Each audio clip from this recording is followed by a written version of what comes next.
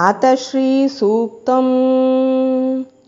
ॐ हिरण्यवर्णां हरिणीं सुवर्णरजतस्रजां चन्द्रां हिरण्मयीं लक्ष्मीं जातवेदो महावः।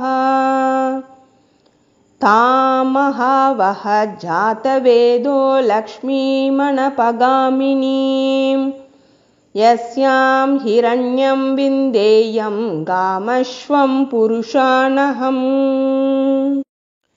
अश्वपूर्वां रथमध्यां हस्तिनादप्रबोधिनीं श्रियं देवीमुपह्वये श्रीर्मा देवीर्जुषतां।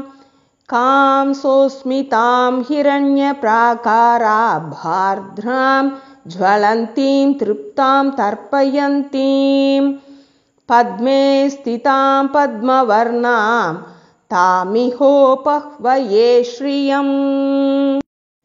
चन्द्रां प्रभासां यशसा ज्वलन्तीं श्रियं लोके देवजुष्टामुदारां तां पद्मिनीमीं शरणमहं प्रबध्ये अलक्ष्मीर्मे नश्यतां त्वां वृणे। आदित्यवर्णे तपसो दिजातो वनस्पतिस्तव वृक्षोत बिल्वः तस्य फलानि तपसा नुदन्तु मायान्तरायाश्च बाह्या अलक्ष्मीः।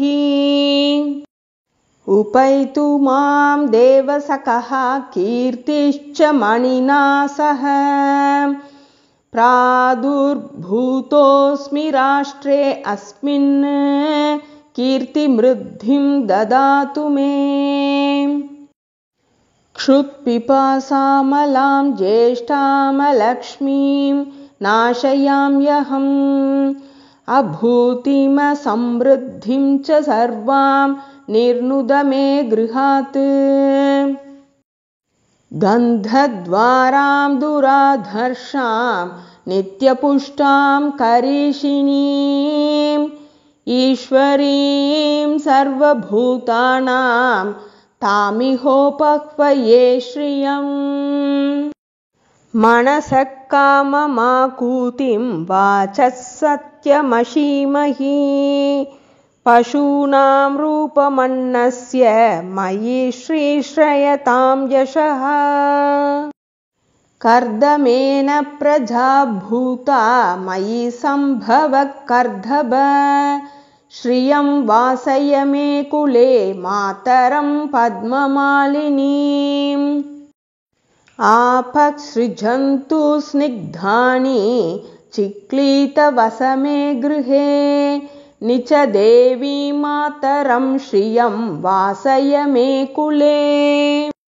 आर्द्रां पुष्करिणीं पुष्टिं पिङ्गलां पद्ममालिनीं चन्द्रां हिरण्मयीं लक्ष्मीं जातवेदो महावः।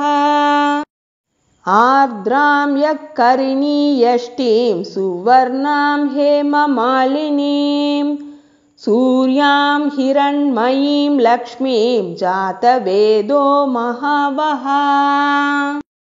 तां महावः जातवेदो लक्ष्मीमणपगामिनीं यस्यां हिरण्यं प्रभूतं गावो दास्यो अश्वान् विन्देयं पुरुषानहम्। महादेव्यै च विद्महे विष्णुपत्नी च धीमहि तन्नो लक्ष्मी प्रचोदयात्।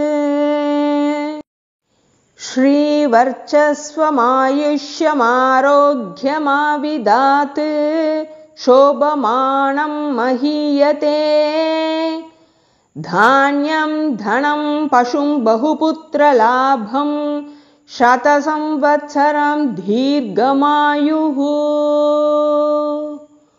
ॐ शान्ति शान्ति शान्तिः।